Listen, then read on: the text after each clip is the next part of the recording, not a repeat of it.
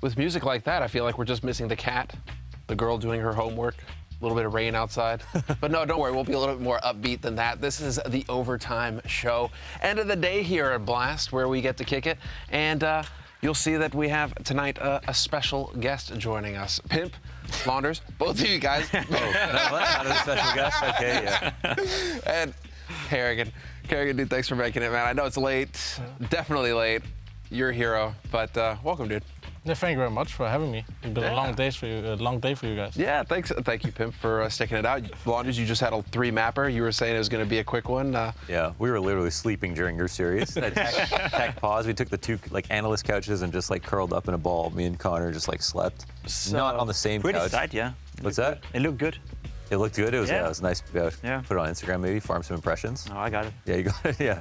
Save that one for later. I think it was because you guys actually just ate those cinnamon buns that Anders made. 8 Anders buns. Eight Anders buns. Yeah. You guys, are you good at making cinnamon buns as well? No. Well, you're Finnish, so. No, not really. Or sorry, you're Finnish. You're Finn.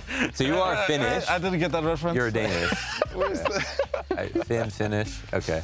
Yeah. Danes Well, are pretty good. I'm surprised Anders can bake. Really, are you? That's the art of precision. Anders does not strike me as the type of person who'd be a chemist in the kitchen. Then again, it's Anders. He's a jack of all trades. I feel like That's he does it true. all. Yeah. It is actually pretty funny that the fact that the thing is he's super hardcore into keto, and yet he spends all of his time baking bread and pastries and stuff. And I'm like, why? You can't even eat it. Why are you good at this? Why are you doing this to Yeah. yourself? It's a bit of a struggle like that, but Anders, he's coming along. He's coming along. I mean, as far as do we want to talk about the matches today? Because there was, I think, Vladislava's already made a statement about rules and how players need to respect rules. And Yeah. is this something that all right? If you're in this kind of situation, you guys as players, Coach Lau, you can give your insight too. But if you're in that sort of situation, is that something you take public, or is that something you just keep behind closed doors? Just right, it's in the team, we move on. I think it's something you talk with the organization about. I think a situation like that with the rules and the situation with OG is something you have to disclose if you want to put out in the public what exactly happened or not, right? And also for respect of the other team and also for the tournament organization, right? Yeah. When it comes to that. So, we had the same situation in Mouse where we were not happy about the situation, where it was miscommed from us, and we were pretty tilted because we took take after and had to talk about the situation, right? But that's something you can't really say on Twitter or anything. This is something you have to live with, right? And bite the dust and just play the game. You have to be very careful with that kind of stuff, right? To take it public, you gotta be certain everyone within the team is aligned with what you're saying at the very least, right? Because if, let's say, a situation like yours, you can be of one perception of what happened. You can have a teammate who's in another, and you can have a teammate who don't care or who don't know what's going on. And I feel like when you go out as a public figure for your organization, you then also speak on behalf of all the other players, whereas a certain player in a team could maybe think to himself, well, I don't necessarily agree with that, or I don't really think that's the way to handle it. So I feel not to cause any internal conflicts within the team.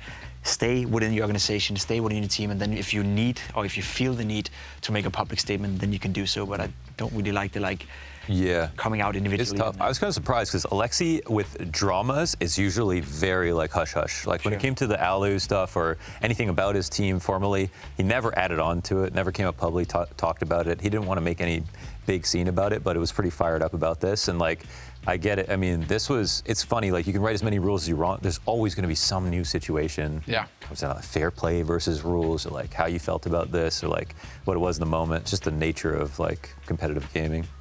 Yeah, this is exactly what those guys are dealing with today. It's just interesting, and it really just besmirched the whole series that we ended up having to wait around for half hour, 45 minutes for them to figure it out. Third map, OG, they were looking so good. Dude, my predictions. Did you watch the series? I saw some of the end. I had practice, obviously, but the game dragged out, so I saw the end of it. And the problem I can see with that round is that was a big, big round. Yeah. It's 3 rounds to either the one team or 3 rounds to the other one, right? So because of the scoreline, that would reset the complete money of both teams. So I can understand, but hopefully for future we have a clear rule on that, because the problem about having a subjective rule in that scenario is that one team felt they had the right setup, and the other team felt they had the right read. So who has the advantage in that situation is always tough to tell, right? But if you just have a clear rule, like saying, if there's no damage dealt, then restart the round. If damage dealt, then keep playing. I think that is the only way you can do it, because you can't really decide if somebody had the upper hand in that round. They used 3 smokes, we only used 2, so we had the advantage, right? Would you prefer that? Like, would you prefer that being an in-game leader? Would you rather have someone who, let's say you have a TO who have some admins with a lot of experience who can, like, would you trust them go in and judge case by case, or would you rather have a very clear-cut rule set like you're describing here? You will not be able, as an admin, to make a clear decision within 5 minutes if this is the scenario, who has the advantage or not. Sure. That's a little impossible, right? Because everybody will have a different view, right? And I think as an in-game leader, you clearly have a plan in your head and you see exactly how the plan is playing out. And then you have the right read, and then the admin will say, well, they also had the right read, the other team, right? So I think having a clear rule is the best way, else you end up in a 50 minutes delay where the admin has to decide and watch all the POVs and understand what the players are saying. Sure. And I think that hurts the players more than just be clear, okay, damage was dealt, damage was not dealt. If that's a clear rule, there's nothing to discuss. And then you play 2 minutes later. Yeah. And nobody's getting mentally out of the game, because waiting 50 minutes as a player, some players cannot handle that. It's the worst. Oh, dude, I mean, especially on OG, you've got some young guns. Well, it didn't really seem to phase Alexi definitely was a bit. He was a bit. It was Alexi that, because then they started losing those rounds afterwards. Like, they came back, they won that round, then they started losing those rounds, and then you could see Alexi was starting to get a bit tense. And you're like, in the body language, right? And you're like, this isn't good. It's eating at him. You know, it's this thing is, if it's not resolved in 3 minutes, it's going to screw you with your head. No matter which way it goes, the decision, it's going to be messing with your mental. But I think what we really need is, like in rugby, you know, where they have the coaches that are like the refs that are mic'd up, where they can say, you know, it's like, okay, right, you come over here, I need to talk to you, you guys come over here. Like, everything is super clear. We needed that right here. Why couldn't we have like the, you know, hear the admin, hear the discussion, just get in there, judge for ourselves, just turn it into like a Jerry Springer moment, start throwing things. Come on, man. Such a content creator. Yeah, exactly. Yeah. Always thinking content. Why not? Or, I mean, even like the round like Chopper. Do you see that 1v4 that he almost? Oh, yeah. Dude. Was that a P250 round? P250 round? I saw the 2 headshots of them, but I didn't see the whole thing. Yeah, so like he followed Lecro around through the halls and like dinked him, and Lecro turned and killed him, and then he just slammed his desk, and they called like a tech pause. He like broke his desk or something. I've actually tried that at home, because my internet cable is hanging up in the under the table. So I slammed my table once, and I just see the modem falling down, and I just see connection lost. And it's like one of those moments where I just karma, you know, for hitting the table. Yeah. You are now tilting and disconnecting from TeamSpeak. So how are you doing? Where you're at? Like, we haven't done, first of all, like a player in-person interview in like a year, I think. Yeah, actually, I think this is the first one. Last London was the last time I would have done one, like at the overtime last time. Last London was the last time we had a tier 1 event. With, in January. And then Flashpoint. And then was the Cato was no audience, but yeah. Yeah, so it's been a long time. Where are you at right now? So you rejoined Faze. You've got Twistzz to work with now, which is pretty cool. How hard was the decision to, first of all, to rejoin Faze, to leave Mouse to rejoin Faze? And like, where are you guys at right now? Because you were just talking about how you've had just so much time just to practice before your upcoming spree of events. I mean, it was a long time coming to decide whether I wanted to stay in Mouse or not. That was a situation, obviously, we changed Voxic in September in Mousesports, and at that moment my contract was negotiated for the future or talked about, and I didn't feel trust in the team yet and how the lineup gonna look. The lineup was still in like, where is the AWPer, right? We were searching for an AWPer since September until obviously Mouse got Echo in January, right? And at that moment I could feel the team falling apart. I did everything I could to keep it together. We also lost our coach to the coach bug.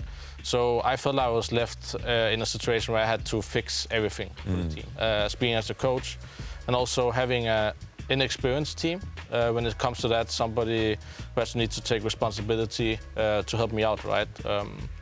So coming into that, I was really burned out, and I felt like there was some trust issue with the whole process of how we're gonna look in for the future, and is Mouse willing to spend money on an expensive player if that's what I feel the lineup needs? That was a big question mark for me, obviously. So when I came to December, I told Mouse that I need to go on vacation for 14 days. I'm totally burned out. And at that moment, when I came home, I can finally figure out what I want for the next season, right? And that's where I took and that's where I Never give you that vacation. No, but it was kind of disrespectful in that sense to Mouse and Faze, obviously. But I had to get away to not sit within my four walls where I've been working so many hours during this pandemic because it was not going good, right? So it was really tough to leave Mouse, to be honest. I had really good relationship with Frozen and obviously Ropz, really good players, good friends. So joining Faze was obviously a thing I didn't finish last time. It was an unfinished project. I never got that major. We were so close, and I also think we were close to creating an era with that lineup. So coming back, and Faze also showing me that they want me back and they thought it was a mistake as an organization. So coming back and fans love Faze, and there's one thing attached to Faze is like, you gotta win. And if you don't win, it's not good enough. And I think I needed that pressure as well. And also to motivate myself. I'm obviously getting an age where I need to find good motivation in everything I do. And I done that with Mouse, taking up young players. Now I want to take at experienced players who haven't achieved much maybe the last 2 years. But if I can help those guys elevate their play again, I will be a proud in-game leader. Speaking of trust, you said you didn't necessarily trust the players in Mousesports or the project in Mousesports. Do you feel that that's different in Faze Clan? Do you feel like the lineup you have right now is one that gives you that trustworthiness, where you feel like this is the team I can take back to become maybe the best team in the world? I will correct you on that. I trust the players I had in Mouse. More the project, yeah. The potential of the project was that if it was not able to work, I will not know if we are able to do what we did in Faze, right? We went out and bought the players I picked out to be the right pieces to finish the puzzle. And I'm not sure I would be able to keep on taking young players. Sometimes you're gonna hit, like you do with a Ropz or a Frozen, but sometimes you're also gonna miss, right? And BS is good. Yeah, he is also good, right? But I didn't play so much with him, right? So I don't know where he can be yet in a year, right? You saw Frozen keep elevating his play, had a small drop-off, but he came back as a stronger player, though. Yeah. So, yeah, I think it was the whole process about not knowing if we could build a team that could win the major, because that's one of my big motivations, right? To win that major. From the outside, man, it feels like, yeah, like when you talked about the team, it kind of felt different from like how the team was perceived from my perspective. Like I looked at Mousesports, I was like, you guys are actually making progress, and the last quarter of the year was probably the strongest. But then in your perspective, you're thinking, well, can we win a major with this lineup? I was just thinking, well, they're just getting better, which is good. But yeah, that was the interesting part, because there were some good pieces there. Is Ropz like the biggest talent that you've ever had to leave behind? He played with me once. I was about to say. No, just ask don't bring again, that up. Don't bring that up, Pimp. He was No, but I think you should tell that story. Any I think that's a stories? really good Is there a story. story? Tell the story. Tell the story. There's no story here. I mean, he was just not good enough. I mean, I was better, and our team was not progressing enough. I can't actually remember how it went down. I feel like it was some dispute between, you know, back then I felt you wanted to in-game lead more, like you wanted to have a voice. He was onto something. I had maybe a talent in for that. Yeah, and you were an in-game lead in the faculty. I think that was Slave maybe at the time. I can't really remember, but I just know that, you know, we kicked him, and in that year after, right, I went from being, you know, in a very good position to just watch Karrigan, you know, go on to do his thing and be a much better player than I was. Get some stickers and stuff. Yeah. Yeah. Did you say this was a humbling experience? I'd probably Taught you some I'd humility, probably do it again, to be honest. It was. He told me I could go study and have a college degree. It's my fault. See you on He the got a degree. server. Yeah, exactly. See who can study who then. But no, I mean, to touch on that with Ropz, Change the subject. definitely a very talented player, and I think I've said it once. It's not often I say it, but I have to say Ropz in all aspects of the game, mentally wise, what he can do on the server, how he works, and everything around that. That is the best player I played with. Oh damn. Better than Glaive? I didn't play so much with Glaive, right? In that sense, I played with Device and Dupree when they were younger, so I have to talk for what I see. I cannot really tell how much Device is doing now in Like Australia. Ropz right now. But for all the players I had during a +6 month, playing with Ropz was a unique experience to how he thinks about the game, and also see the involvement of him. Like he wasn't really a strong voice player in Mouse, but I told him we need him because he had a very unique style of the game and unique way of reading it. So it became kind of, me and Chris was supposed to be the in-game leader and the second caller. He had to help me there. But in the end, I turned Ropz and he elevated his play to kind of taking this and say, Finn, we can do this in this specific round. So he figured out a way to have a strong voice within my system. And I think that made him get a lot of confidence knowing he can do whatever he wants. He will always get a yes from me. Okay. And by having that really good synergy between me and him, and I think that's really important when you have a star player in your team, that synergy is on point. Because if he starts saying we can do this, I say no, we do something else. At some point, like you would start maybe to trust a star player more than an in-game leader, right? Get the friction. Yeah. It's weird. We keep talking about that. Which team is it again that we keep talking about with the star player and the in-game leader and the clashing? Oh, they just played today, didn't they? Shoot, G2, right? Yeah, Nico. Yeah, that's good times. And Nico, you guys are good friends, though, right? Yeah, me and Nico are good friends. I'm so innocent, like I had no idea what you were talking about. But I think what happened in Faze wasn't only me and Nico, right? It was, I think everybody I actually didn't even mean it in like a you guys way. I was just like, you know, I felt we always talk about this where it's like you get the friction between the star and the in-game leader or the coach. Because I think that's also one of the things. Now the coach has more weight to throw around these days. There's one way to look at it, right? When OG was made with MBK, Valde, and LXB, I already knew that those voices you're like, oh, man. are too strong. Like you have to remove one of them, or they have to step down. Because for me, from what I read from interviews and heard Valde, he has a very strong voice about his game, and that's fine. He's a very talented player. MBK has in the past had a strong voice, wanted to in-game lead, and Alexi is a big voice in the team. So at that moment, you have a triangle, and where's the coach? Suddenly it's a square, and that's what you never want to have. Do you think Rugga has that kind of voice, Danish CS. Do you think Rugga has that kind of voice, though? Do you think he has I like think you should have as a coach. I mean, you have to. With that many people talking, though, did he have a place? Yeah, I mean, when you talk about how the team wants to play, right? If you have 4 people talking how they want to play CS, right?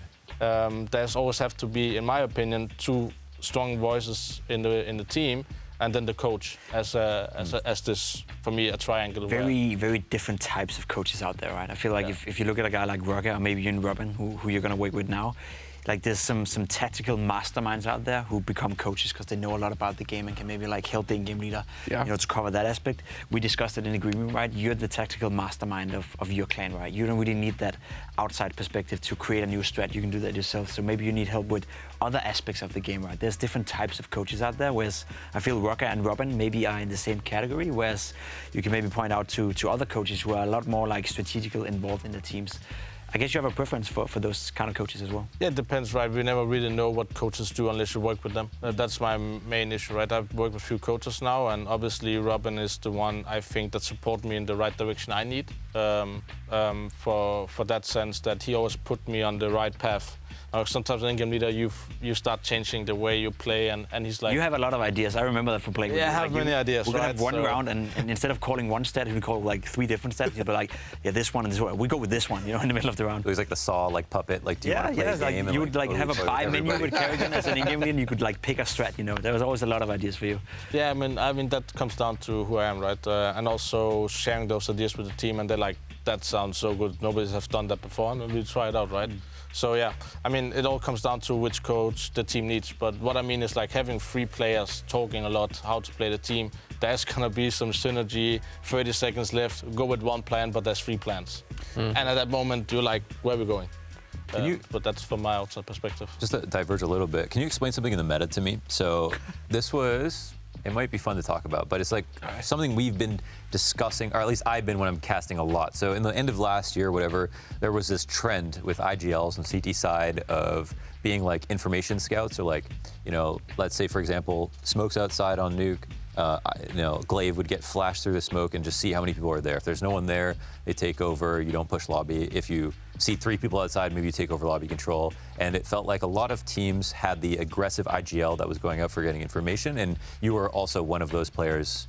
There was a game, I think, at DreamHack Masters where it was like, you were walking through a T-Con smoke on train a lot of the rounds to get info outside. Can you explain where this style came from and why it's become such a trend throughout 2020, why it works, and like where it came from or how you started doing it? I mean, I've always been an aggressive player, right, in my whole career, basically. So trying to implement that style, for me, it made sense to play that aggressive style because, first of all, I love it, and I get a lot of duels. I've trained a lot on that train, a specific situation. But also knowing how the enemies play, I can really fast pinpoint why he's moving like that and what kind of setup they're playing, and say with 9 or 10 times they're playing the setup, where a player would give me the information, and I had to analyze if exactly that's what the setup is, right? And sometimes you are going for the info play, meaning you're going to a duel that's maybe 30% chance to win. So if I put a good play on that, he might have 50% chance to win, but if you need him to clutch later in the round, the info wouldn't be as good as I wanted it, right? And that also makes, when I'm doing these info plays, and I'm not in the mid-round situation of 3-3, I get to activate the players to have more initiative because they have great plans. But sometimes, as a player, you can have great plans if the caller is constantly micromanaging and staying behind and controlling everything. But releasing that, I also think that adds more communication to the team. And so that's like different aspects of why it makes sense to play the info play. That makes so much sense. Now, there's just one more thing on that. Is there any actual trend there? Like you're saying this is a part of your play style, but this is something I've clearly noticed, especially with like Glaive, and then, you know, Art has always been like that as well. Did it come from you, or is there actually a trend, or is this a normal thing you've seen with a lot of teams that people have been doing more? Aggressive CT sides in 2020 was definitely a talking point. I mean, I think it's hard to say where it comes from, right? I also think the way Art has been playing has added a lot more of this aggressive CT or Twistzz or whatever you want to say there, right? But I think it just comes slowly. You see how teams perform when they're doing good. What are they doing good and what can you copy? So who's doing the first is always tough to say, but obviously when you do a smoke gimmick, you know where it comes from because you started doing it. Right. But when it comes to how the meta evolves or the CT and T, it's really hard to say who's the pioneer on that. I think the only example we had on that was the triple HGs Astralis did. That was where you knew where all these HGs utility came from. Yeah. But besides that, I never see like one team, like there has been many teams playing fast or slow, right? Back in the days it was clearly LG and Na'Vi playing the slow style, and then there was other teams playing aggressive, right? But it's really hard to say who's doing that exactly overall meta change you see slowly. Staying on that note, I got another question for you, which is always a talking point, but I feel like the last couple of years we talk more and more about it. Being an in-game leader and having to frag on the server, having to put out numbers on the server, seems to be a recurring trend, right? I feel like back in the days, 4 or 5 years ago, you could get away with being a hunt on the server, you know, you could get away with being MSL on the server. But these days, you look at your taps and you could blame F, you look at Chopper for that matter as well. Like he's got something out for the Danish in-game leaders, like those guys. So just get rid of those guys. In-game leader. I was not that bad, to be honest. But to be completely honest, right, it's like the last couple of years we see a trend moving to that all players on the server have to contribute. Do you feel that pressure as well? Like, do you feel that you individually have to at least consider that you have to have some kind of production on the server? Or is that a misconception from us? Because we see a lot of fracking game leaders now. I think, honestly, during the years I've been humble and think about, okay, what is the other in-games leader doing good, right? Do I need to watch more demos? I think at this moment, whenever I watch a demo, I don't think I learn as much as putting 1 hour into DM, right?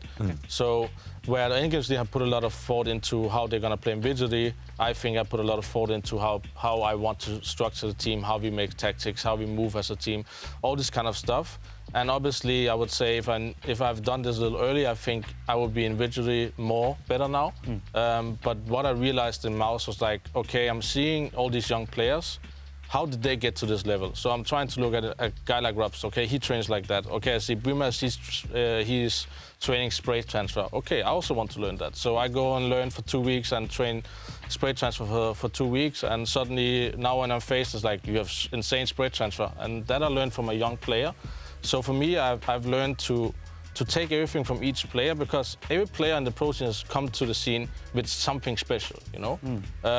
And I think by having that humble experience doing the Faze and went to Envy, I'm like, okay, I'm not good enough individually. So I need to put in 1 hour each day for my rest of my career, extra on that individual level, and I do it even more now than I did in Mouse to be ready for the season, right? What was the preparation in your last tournament with Mouse, the CS Summit, I think it was? Yeah, I kind of want to know where too. You just had like that insane. What was the a few days before that, what were you focusing on? Or I actually started doing that in November. I sat down with my fiance, who is study sports psychologist, and we made together like a goal setting.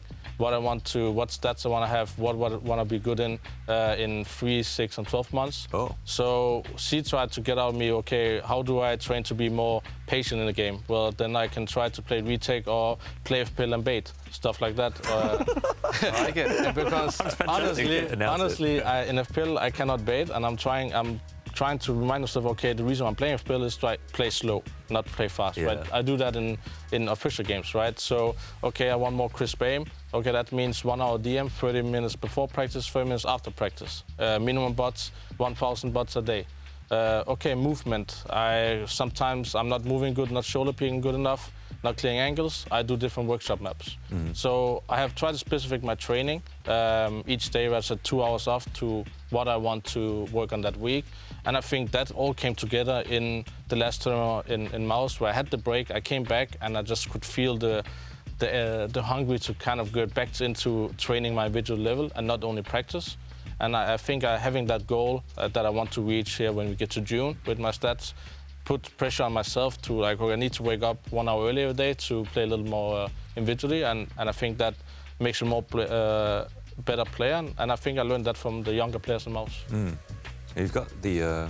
Sorry, do you have a question? No, it's just interesting, right? Because I feel like an in-game leader could get away with not being productive on the server, like 3 or 4 years ago.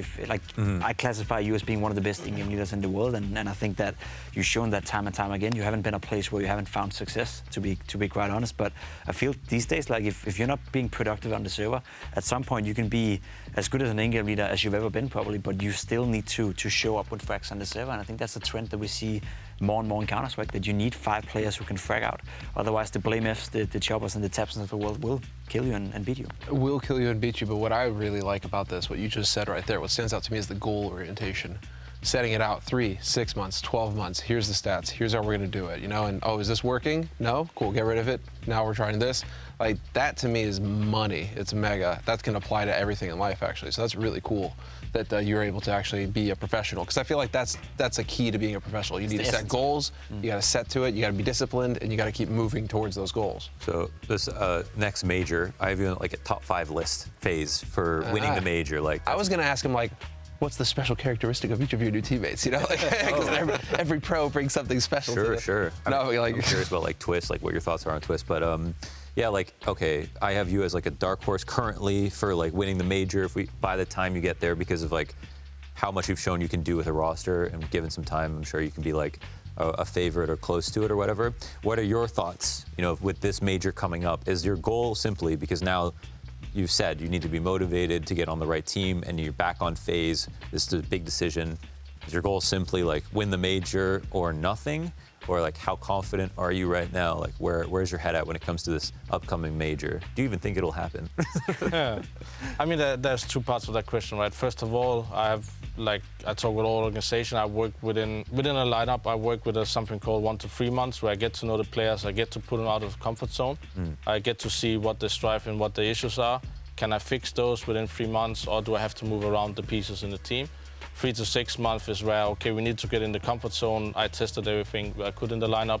Let's put those pieces together, how we're gonna move, improve the map pool. By 6 months, we should be able to play 7 maps, or at least try it. If we cannot do it, we pick out the map that we're worst on. And 6 to 12 is where we need to peak as a team. And after 12 months, that's where the decision comes. Is this working, is it not working? Is there something you can fine-tune in the team?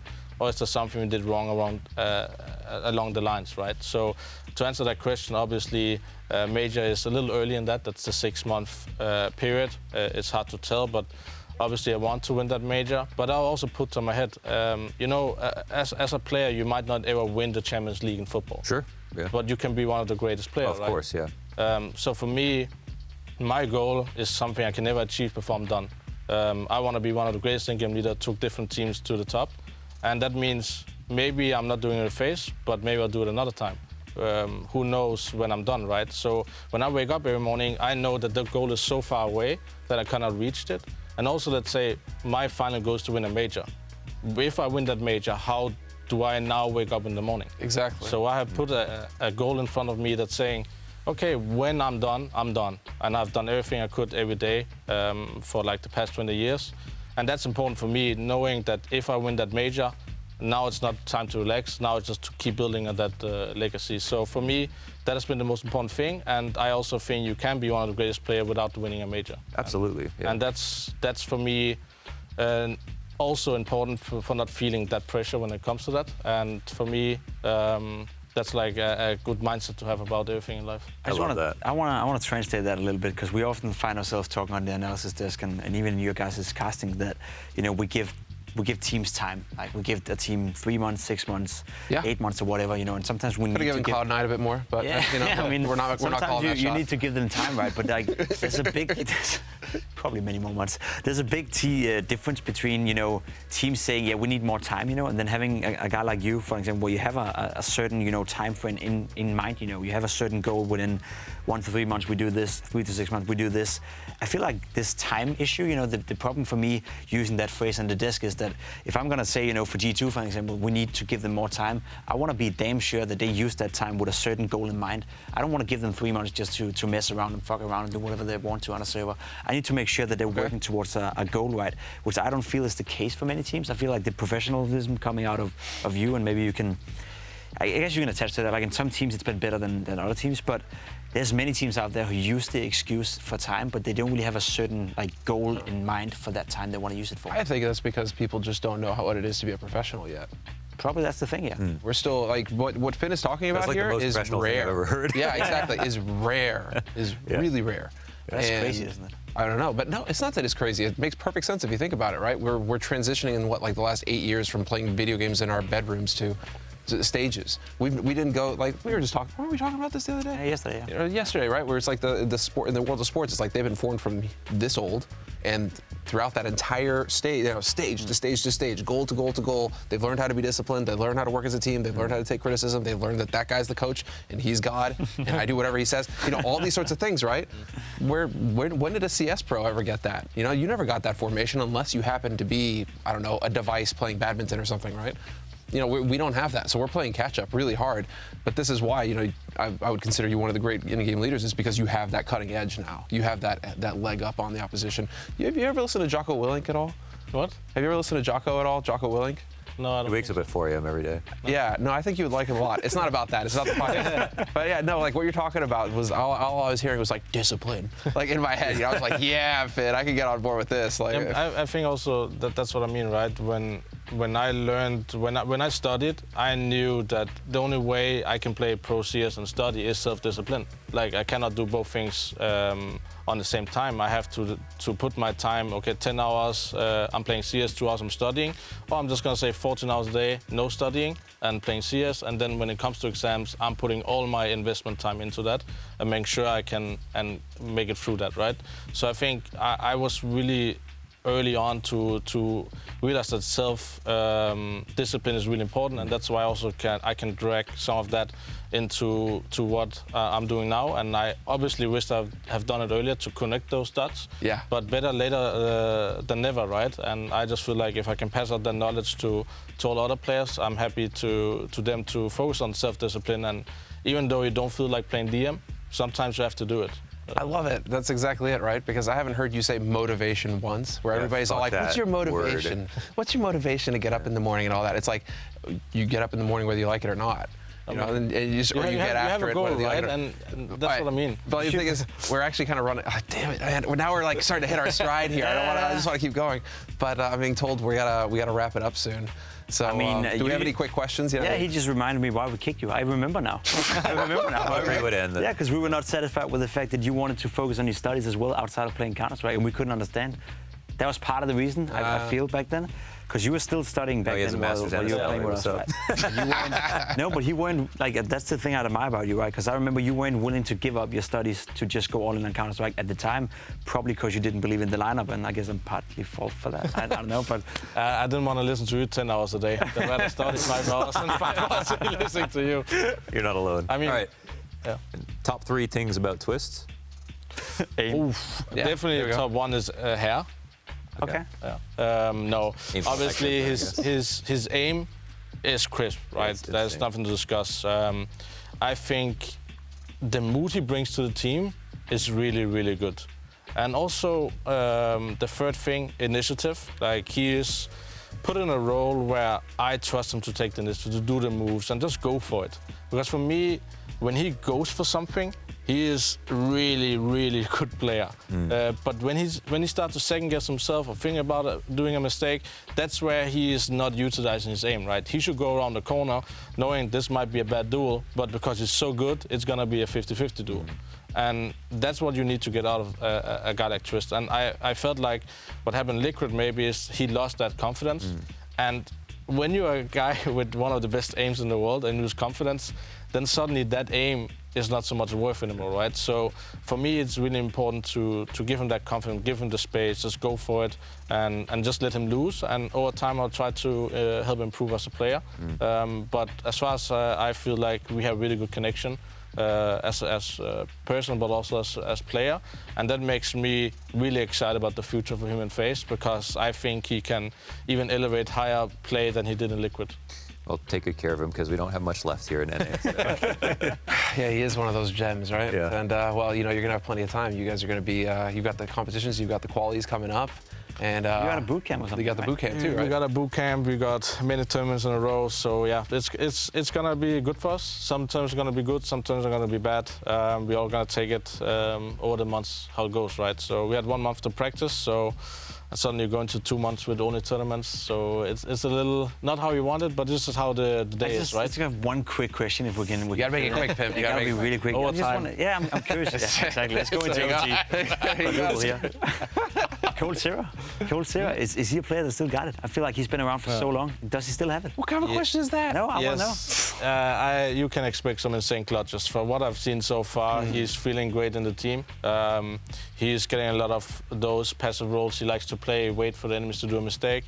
But I have to push him a little sometimes, and that's what I hope to do in the upcoming month for the tournament. That he just needs to go for it as well. I need these guys to go for everything they want, and if they do mistakes, I will down the line in 2-3 months try to correct those. But I need them to do mistakes before I can help them. If they don't do mistakes and scared of doing mistakes, they're already doing a mistake. Pretty good question. So if Cozilla's watching, go for it all the time. He's been falling off a cliff the past couple of years, so why not? I mean, I want to know if he's still got it. And he got the whole package, in my opinion. So as a secondary caller.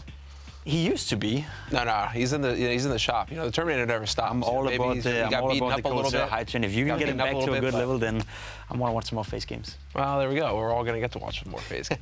Well, I mean, guys, I know it really sucks because it really does feel like we're hitting our stride, but we do have to call it a night. So, Finn, we take the opportunity to thank you very much and to wish you all the best, obviously. You know, future conquests, we're all on it. Faze up, let's go.